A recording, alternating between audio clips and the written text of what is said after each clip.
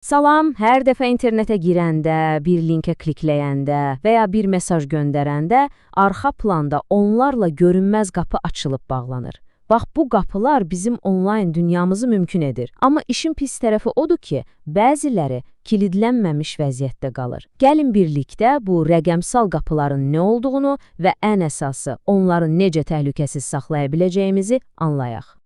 Bir anlıq təsəvvür edin, hər gün istifadə etdiyiniz rəqəmsal evinizin, yəni kompüterinizin, telefonunuzun onlarla açıq qapısı var. Əslində, bu bir çoxumuz üçün reallıqdır. Bu rəqəmsal qapıların nə olduğunu başa düşmək, onlayn təhlükəsizliyimizi qorumaq üçün ata biləcəyimiz ilk və ən vacib addımdır. Yaxşı, bəs bu qapılar dediyimiz əslində nədir?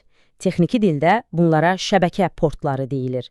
Fikirləşin ki, kompüteriniz böyük bir binadır və hər bir xidmətin, veb saytların, e-poçtların, oyunların öz nömrələnmiş qapısı var.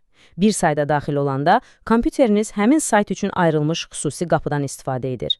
Onlar olmasaydı, internet sadəcə bir-birinə bağlı, amma heç bir işə yaramayan kompüter yığını olardı. İndi isə gəlin rəqəmsal qalamızın içinə bir səyahət edək. Gündəlik həyatda ən çox istifadə etdiyimiz qapılardan başlayaq, yəni bizi web və e-poçt dünyasına bağlayan portlardan. Deməli, ilk dayanacağımız gündəlik rutinimizin ayrılmaz bir parçası olan web surfing və elektron poçt. Biz brauzerə google.com kimi rahat yadda qalan adlar yazırıq. Amma kompüterlər bu adları başa düşmür. Onlar rəqəmlərlə, yəni IP ünvanları ilə danışır. Bax, 53-cü port, yəni domain adı sistemi və ya DNS məhz bu tərcümə işini görən internetin ünvan kitabıdır. O olmasaydı, hər veb sayt üçün uzun rəqəm sıralarını əzbərləmək məcburiyyətində qalardıq. Dəhşətdir, elə deyilmi? Baxın, bu məqam həddindən artıq vacibdir. 80-ci port, yəni HTTP, açıq bir qapı kimidir. Göndərdiyiniz bütün məlumatlar, şifrələr belə şifrələnmədən ötürülür. Sanki açıqca yazılmış bir məktub kimidir. Amma 443-cü port, yəni HTTPS, möhkəm kilitli bir qapıdır. Oradakı S hərfi secured, yəni təhlükəsiz deməkdir. Əgər onlayn alış-veriş edirsinizsə və ya bank hesabınıza daxil olursunuzsa, brauzerinizdəki o kiçik qıfıl işarəsinə mütləq diqqət yetirin. Bu sizin təhlükəsizliyinizin zəmanətidir. E-poçt portları isə sizin rəqəmsal poçt şöbəniz kimidir. 25-ci port məktublarınızı göndərir, 110-cu port isə gələn məktubları qəbul edir. Buradakı təhlükə isə çox realdır. Zəif bir şifrə, kiminsə bütün şəxsi və iş yazışmalarınıza, sənədlərinizə, yəni bütün həyatınıza tam giriş əldə etməsi deməkdir.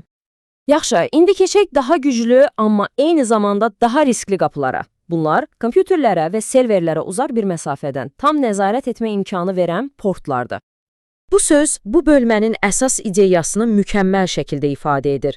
Uzaqdan giriş portları düzgün idarə edilməyəndə, sisteminizi təcavüzkarlar üçün sözün əsl mənasında açıq hədəfə çevirir.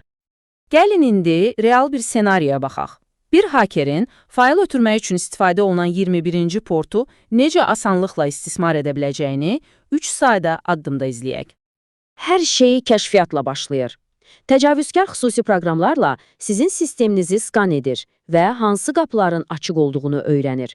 Bu nümunədə görürlər ki, 21-ci qapı, yəni fayl transfer protokolu portu açıqdır və orada hansı proqramın işlədiyini də müəyyən edirlər. Və ən maraqlısı da budur ki, təcavüzkarın dahi olmasına heç ehtiyac yoxdur. O sadəcə olaraq sizin istifadə etdiyiniz köhnə proqramın adını internetdə axtarır, onun məlum zəifliklərini tapır və bu zəiflikdən istifadə etmək üçün hazır bir alət endirir. Proqramları vaxtında yeniləməmək, sözün əsl mənasında qapını onların üzünə taybatay açıq qoymaq deməkdir. Bu çox aydın və birmənalı bir müqayisədir.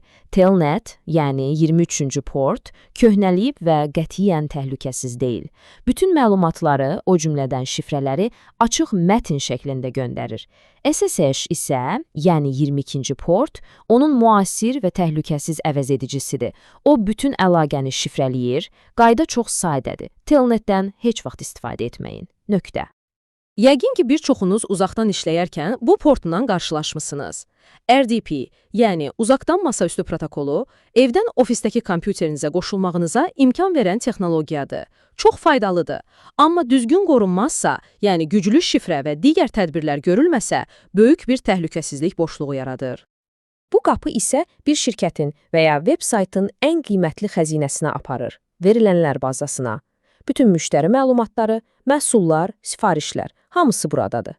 Əgər 3306-cı port güclü bir şifrə ilə qorunmursa, bu, bütün bu məlumatların oğurlanması və ya məhv edilməsi deməkdir. Yaxşı, problemləri anladıq. İndi isə keçirik ən vacib hissəyə, həll yollarına. Rəqəmsal qapılarınızı necə bağlayıb qoruyacağınızı aydın və praktiki addımlarla izah edəcəyik. Rəqəmsal qalanızı qorumaq üçün bu 5 addımı izləməyiniz kifayətdir. 1. Sisteminizi skan edin və hansı qapıların açıq olduğunu bilin. 2. İstifadə etmədiyiniz hər bir portu bağlayın, niyə açıq qalsın ki? 3. Proqramlarınızı həmişə yeniləyin. Bu, məlum zəiflikləri aradan qaldırır. 4. Güclü şifrələr istifadə edin. Bu, sizin ilk müdafiə xəttinizdir. Və nəhayət, 5-incisi, bir firewall, yəni təhlükəsizlik divarı istifadə edin ki, gələn və gedən bütün trafikə nəzarət etsin. Və bunu etmək heç də düşündüyünüz qədər mürəkkəb deyil. Məsələn, elə Windows'un öz daxili təhlükəsizlik divarı sizə hansı proqramların internetə çıxış edə biləcəyini idarə etməyə imkan verir. Bir neçə kliklə istifadə etmədiyiniz bir xidmətin qapısını bir dəfəlik bağlaya bilərsiniz. Və beləliklə, söhbətimizi yekunlaşdırırıq. Sonda sizi bu düşündürücü sualla baş-başa buraxmaq istəyirəm. Biz hər gün evimizin qapısını kilidləyirik, pəncərələri bağlayırıq, fiziki təhlükəsizliyimizə çox diqqət edirik. Bəs rəqəmsal qapılarımız, onlar da eyni dərəcədə təhlükəsizdirmi?